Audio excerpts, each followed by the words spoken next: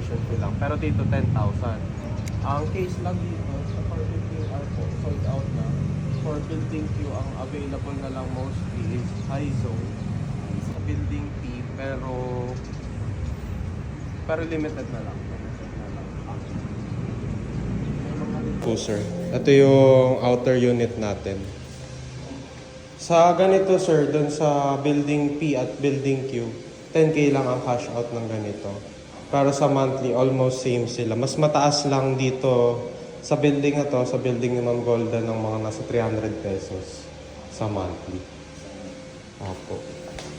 Pero anong rational bakit mas mataas? Mas bago kasi sir, mas mahal. Opo. Pero yung nandun is Same lang. same lang po, and then brand new unit din. Brand new rin po. Brand new din siya. Ito lang yung pinapakita namin kasi ito yung default na turnover na unit po. Pero kung gusto nyo rin naman ito, pwede nyo na rin ito. At pwede ito rin yung kunin natin.